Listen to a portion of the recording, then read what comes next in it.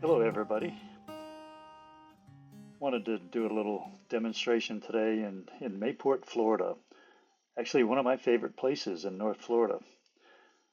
A little shrimping town, shrimping village, historic, one of the first places settled in the New World many, many years ago, behind St. Augustine obviously. But Mayport's had a history of shrimping, fishing, really the seafood industry has been one that has supported that small village for many, many years. Today we're going to do a little a scene that I took a photo the last time I was there, and I saw this little tugboat off in a corner. Obviously, Mayport's known for its shrimp boats. It's a lot of its commercial fishing vessels, things of that sort. But this little tug sitting off by itself was attractive to me, so I took a shot of it, and as you've seen earlier, it's affectionately named Mr. Ed. So we're going to be painting Mr. Ed today. So I thought I'd have some fun, talk a little bit about the process, show you how I laid it out, and see what Mr. Ed looks like at the end of the video. So certainly appreciate everyone tuning in here. So obviously it always starts with the sky. Sometimes the sky either makes or breaks a painting. And in this case, it was a relatively simple sky from the photograph, but I wanted to add a little bit of texture to it, a little bit of color, maybe a little bit of personality. So I added some relatively cool and warm colors toward the horizon just to give a little bit of a mix there. And then as you work the background, there's a tree line across the St. Johns River in the distance, so I want it to look like a distant background. Backgrounds are just that, they're backgrounds, so don't spend a lot of time with them. While the paper's still wet, I wanted to work the sky in a little bit. Add a little darker blue, a little cobalt blue to my cerulean, and then my yellow ochre skyline. I think just gives a little flavor of a warm and cool mix of clouds and sky. Don't want to overcomplicate the background because I know there's a lot going on in the painting itself. So we'll have a little fun today. I really had some fun painting Mr. Ed, getting to know him a bit, and I hope by the end of this video we all like him as much as I did when I finished the painting. So here we go. Appreciate everybody hanging in.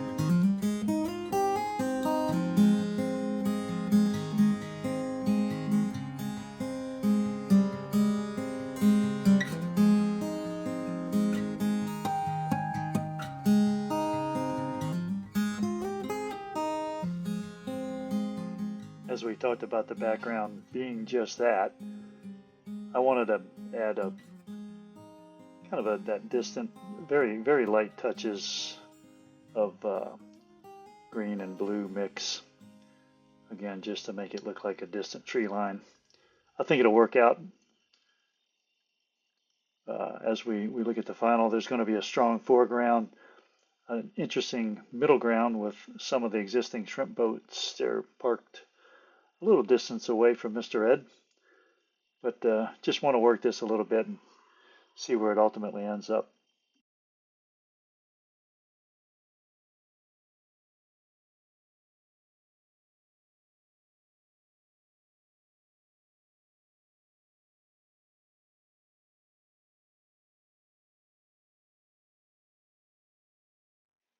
I'm going to try to add a little darks just at the waterline. Actually gives it a little bit of depth, just from a distance anyway.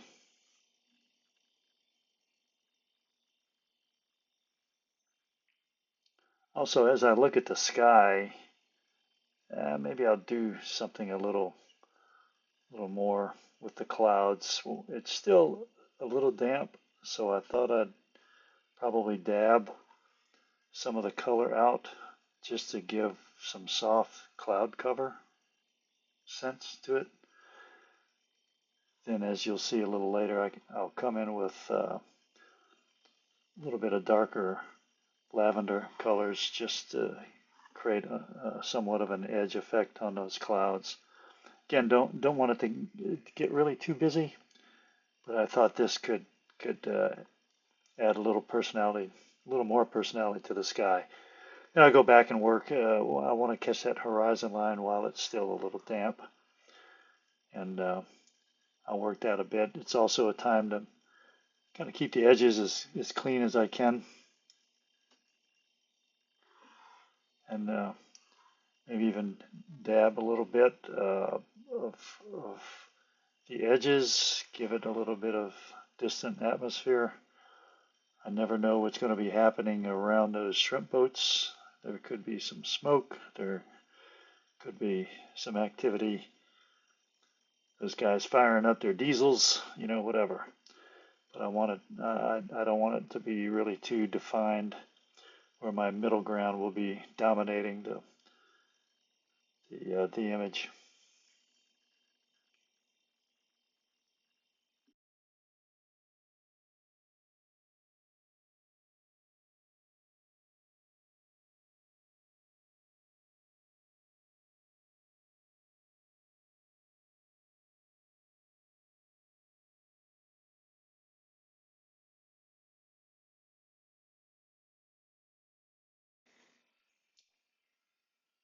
I sped up the video just a bit, but I did want to show you how I mix some blues, some warm colors. Again, I don't really get too definitive with my colors. I just kind of grab what's in the palette to get either a nice gray tone or something a little warmer within the sky. But I want to edge those clouds by just dabbing the blue out. They look a little one-dimensional, so I want to give them a little fullness, if you will. Just make the sky a little more interesting, a little bit off center as well, and we'll see how it ultimately complements the scene, if you will.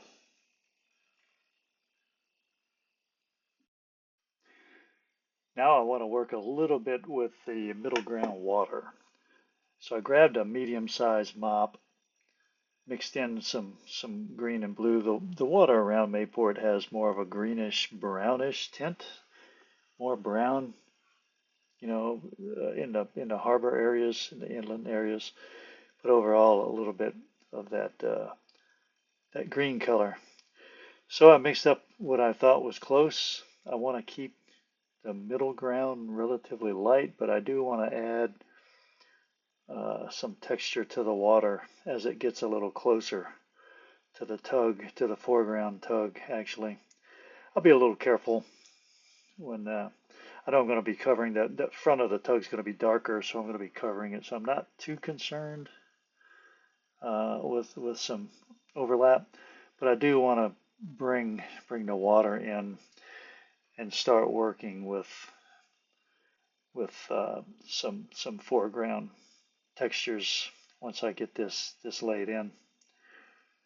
There's just a slight edge to the dock there, so I'm going to leave that light.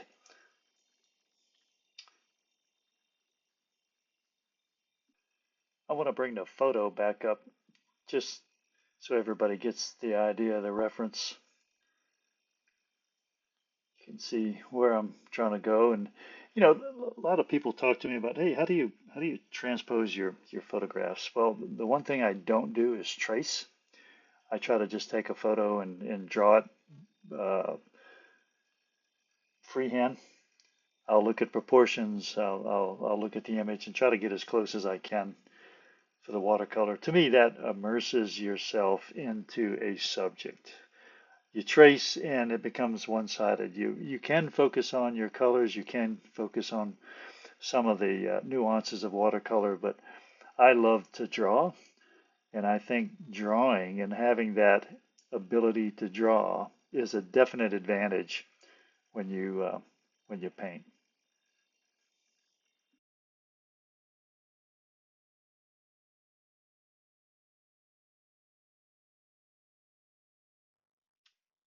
Okay, now that I have the first wash pretty well dry, I'm going to start working on my middle ground shrimp boats. They're they're middle ground, but they're sort of background, so I can't be too impressionistic. I want to get their forms right. I want them to support certainly the painting as a strong middle ground. So I'm going to add uh, a harmonious blue color.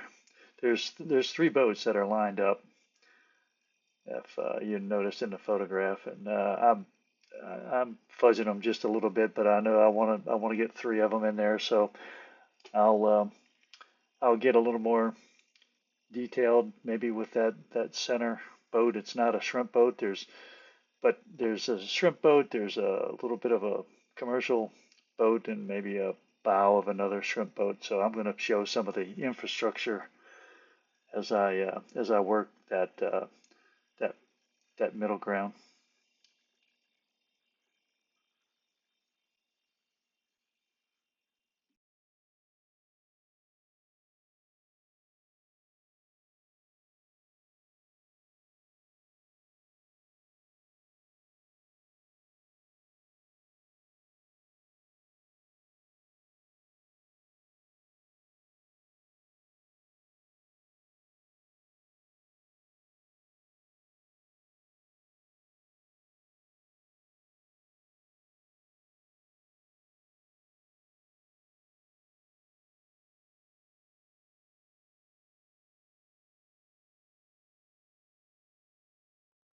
Okay, I thought I'd tidy up that middle ground just a bit. Got the booms on the one shrimp boat. A few little details. I'm grabbing my sword brush, which I love to do. One of my favorite brushes, actually, to get some rigging, get some of the fine lines in there.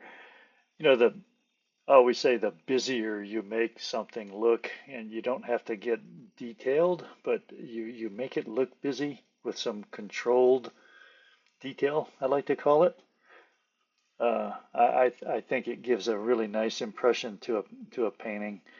Watercolor is that medium that people seem to think it's a generalist type of medium.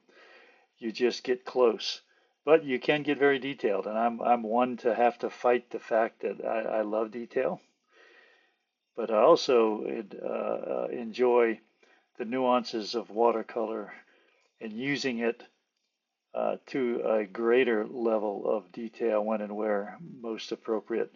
You can get overdone. You can overburden the drawing with detail. So you don't want to do that. You want watercolor to do what it does best, and that basically paints itself. You just have to chase it around a page. But every so often, well, maybe more often than not, I enjoy grabbing a fine brush, such as this little fine point sword brush, and just going to town with a little bit of masting, some some cables, some rigging, all of that just again adds character to the middle ground. And it's a lot of fun to do too. When you do it under control, that's when it's really fun. Really makes a drawing.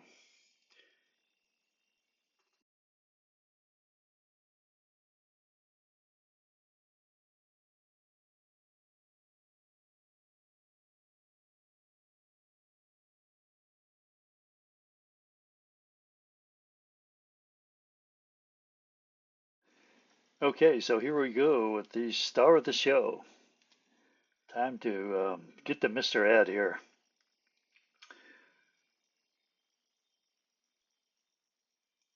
although it's a tugboat, tugboats have a great character to them anyway. This is a smaller tug, and I'm sure it's for moving some shrimp boats around and maybe some larger commercial fishing vessels or that sort of thing. But so a lot of the intricate detail and bow push mechanisms and so forth aren't as grandiose. But it's a cute little guy. So I'm starting at the top. I want to use a little reflective light. There's a little. It's not an awning. It's almost a visor to those pilot portals, if you will, pilot windows. So I'm going to start off with a little bit of reflected light. Then I'll come back with my darker shadows because it's a nice shadow. The light is kind of coming from left to right, so I want to keep the front part relatively light. Um, so as the tug's main compartment fades to the right of the page, it'll get a little darker, a little less detail. So as you work the foreground, certainly there's the opportunity to to get in, as we talked about earlier, get into a little more detail, and there's some fun things that will show you that Mr. Ed presents to you. It's an old guy, so it shows some signs of age, which to me is just denotes character. Age is a beautiful thing in in objects and in people. Uh, it, uh, it shows this boat has a lot of experience, a lot of wisdom, much like people, and maybe there's a few age spots that will add to its character as we paint. So here we go. So uh, I'm having a little bit of fun with adding some color and well, adding some tone, actually, some value. I'll try to uh, touch some angles and swipes of the brush to give it a little bit of character, not any level of great magic here, but just trying to get some base colors, if you will, to the boat. There's a there's a nice color red band down the center of the boat, as you'll see as you remember in the photograph, and I'll try to show that. That'll make it pop. That really gives the high interest to the subject, and we'll have some fun with it. So just just trying to do what I can to match what's there. Again, I'm lightening. I added more water to my brush here with a little bit of red in it, so you can see that three-dimensional quality, the roundness, if you will, of the bridge, I guess you'll call it. And then it'll get a little darker as it rounds the corner. Now you see that white vertical. That's actually it's going to be a piling that's there. I just left it white. It's going to go a little taller than that midpoint where it looks stopped. But since it's going to be a dark object, I'll just paint over everything that's on the upper half of the tug. I didn't want that red to go through, so I just I'm just cutting around it for now, and as it makes its appearance in the final stages of the painting, you'll see it really add some three-dimensional quality to the painting as well.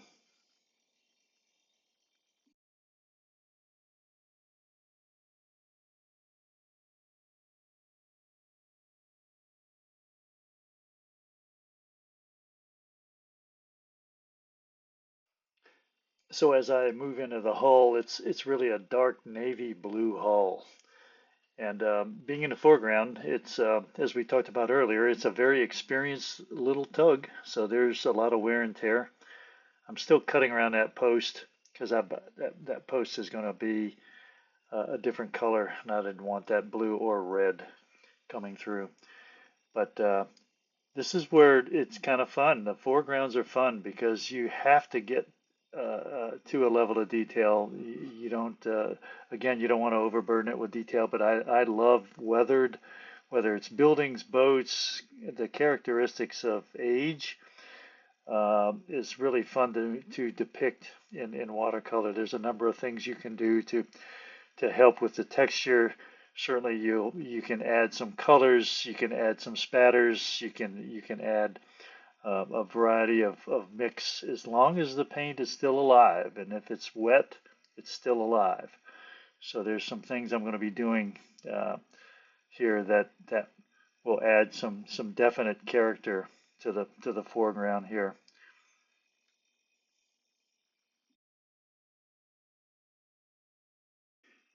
So I threw a little burnt sienna on my brush, spattered the hull, just some clear water, um, and spattered the hull. And you can see that hull age before your eyes.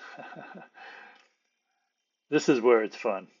Then you come in. There's a couple of horizontals along the entire hull, which protrude. They're a couple inches thick, and then maybe they protrude a half inch or so. So I want to add a little bit of shadow line and things. But this is where it's fun to fun to get some of that detail shown a bit. And this is the star of the show, Mr. Ed. This is his profile. He's got to show his best side. Although his best side is his dark side, he's showing it, and so it's a lot of fun to paint.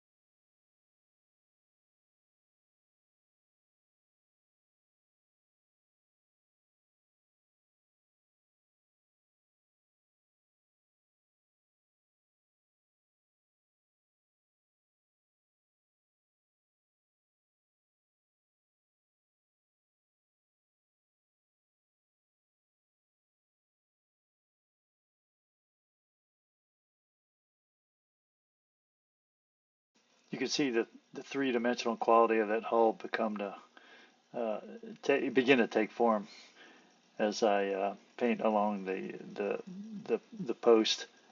Uh, then it's I don't know actually what you call the front end of a tugboat that has to push and use its all its mighty to push other boats, but that's a fairly significant object on the bow of this little guy, so I had to get him right as well.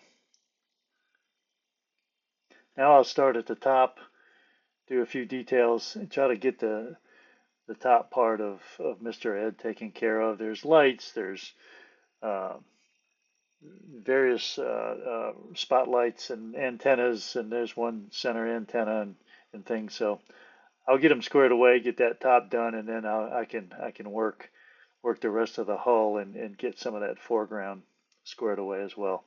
This is all fun. It's just a little detail that I don't want to be too impressionistic. Since it is a foreground item and it's the star of the show, I have to be a little more, I think, thoughtful of how I illustrate this, and we'll get his top done and move on.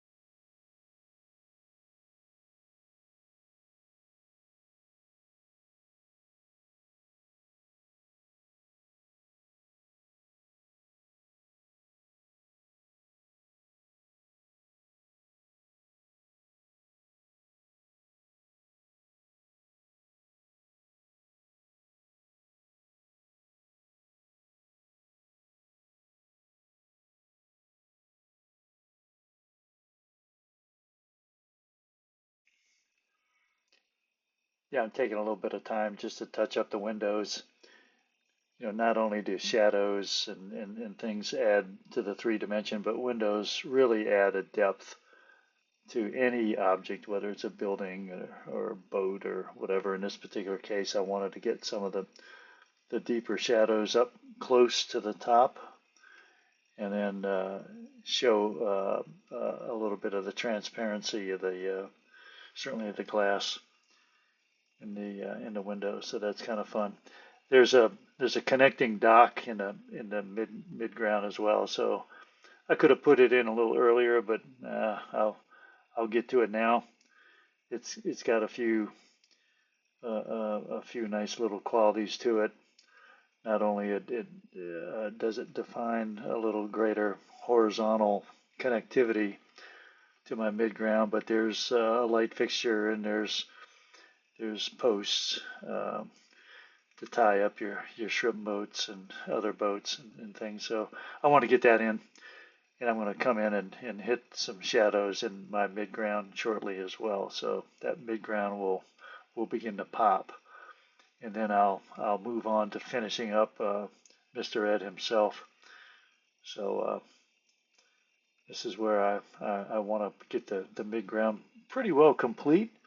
But what happens is I look at the level of detail that I put into the foreground, and I see if there's anything that I should add, or if I got too aggressive with the middle ground. I don't want to take away from the objective of highlighting what's in the foreground here.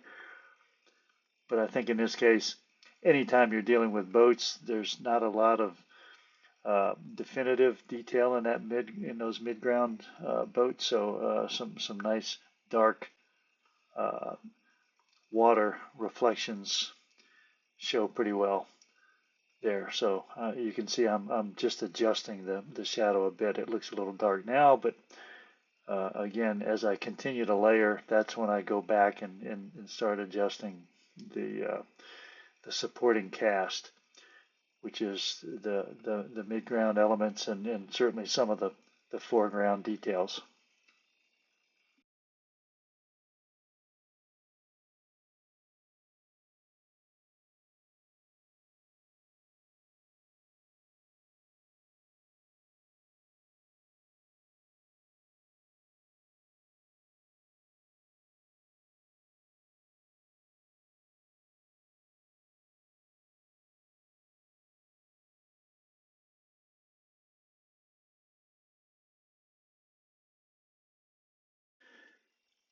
The bow of a tugboat always takes a beating, so I wanted to show some of the weathering, some of the rust, some of the character in the bow here. So taking a little bit of time just to delineate some of the character of this guy. This is what's fun too. A little burnt sienna, a little warms and cools. Then this push bar mounted to the front of this thing. Uh, uh, Looks like it's just kind of a rusty metal beam that's welded to the front end. So uh, it gives that stout look to Mr. Ed. So uh, kind of fun. Some nice character to this little guy. This is where it's fun. This is where it's fun. I can pick and dab a lot here. I have to be real careful, but it's sort of fun. I'm also going to have a reflection in the water there that's going to be dark because we're up against a dock on this side. The sun is on the opposite side, or the light is on the opposite side. So there's going to be casting some shadow. So a couple of bumpers in the form of old tires on the side.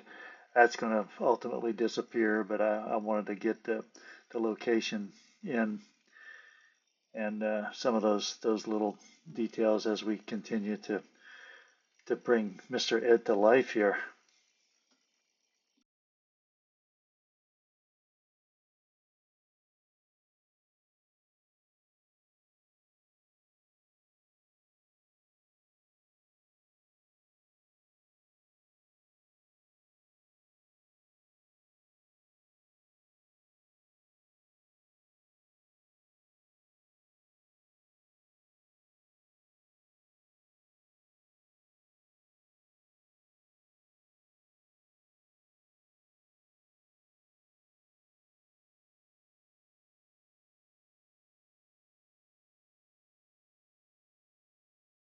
So we now get into the water reflection.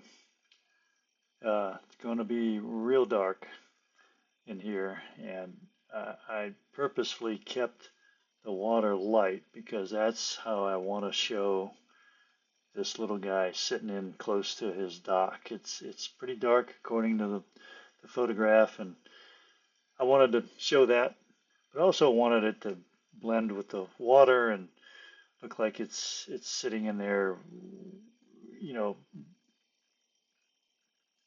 blending, if you will, with the texture of the water.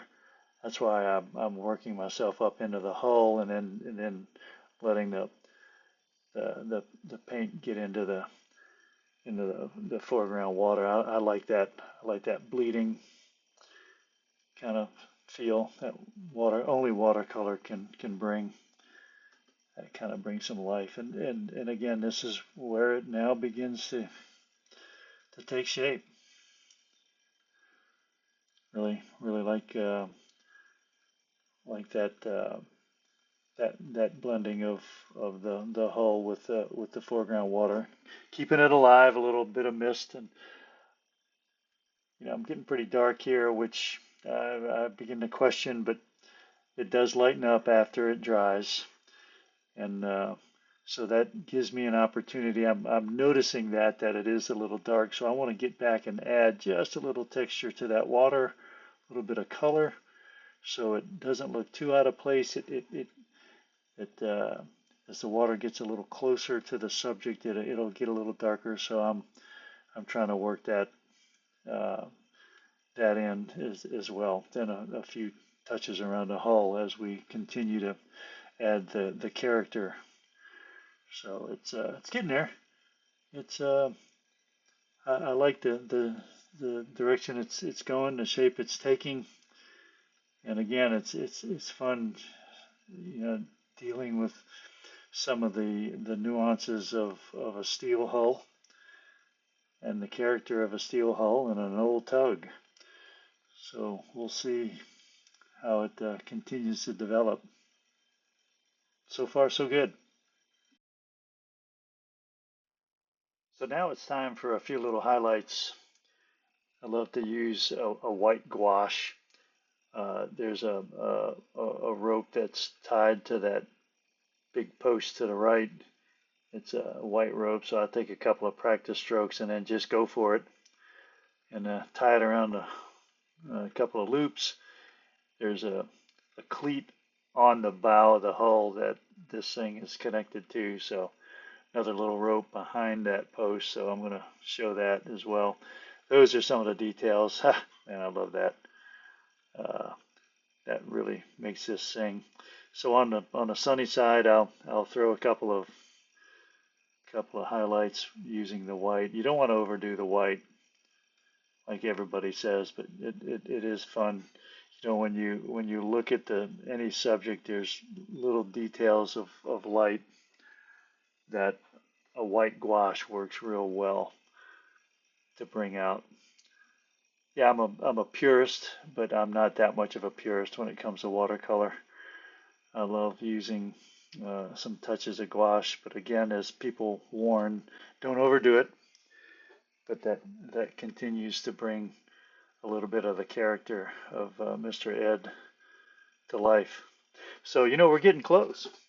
We're getting close. I'm liking the way this is turning out. A little shadow in the foreground post, and I'm beginning to look around now to see how I can take this thing to the finished level. And of course, what do you add? Birds. Gotta have birds in the sky. They're not the star of the show, but they're bits. They're bit characters, and they do play a role. So uh, they uh, they can work pretty well around any seaport village, shrimping village. Obviously you're going to have seagulls. They will attack you if you have any kind of edible object, and so you have to be careful. So yeah, so around shrimp boats, there's seagulls. But this is fun now. I'm just kind of going back and ensuring that my contrast is right here. Adding a little dark, and I'm going over the, the land line, if you will, which is okay because that land line is in shadow. And I'm about finished up here. I've really enjoyed this. Going to continue to add some character to the water with some splashes, some highlights, and I'll come back. I'll step back a bit, take a look, and probably just make a few minor adjustments and post this bad boy. So I hope you've enjoyed Mr. Ed like I have. It's been a lot of fun. Thanks for hanging in there, and we'll certainly see you next time. This has been a lot of fun. Thank you, Mr. Ed.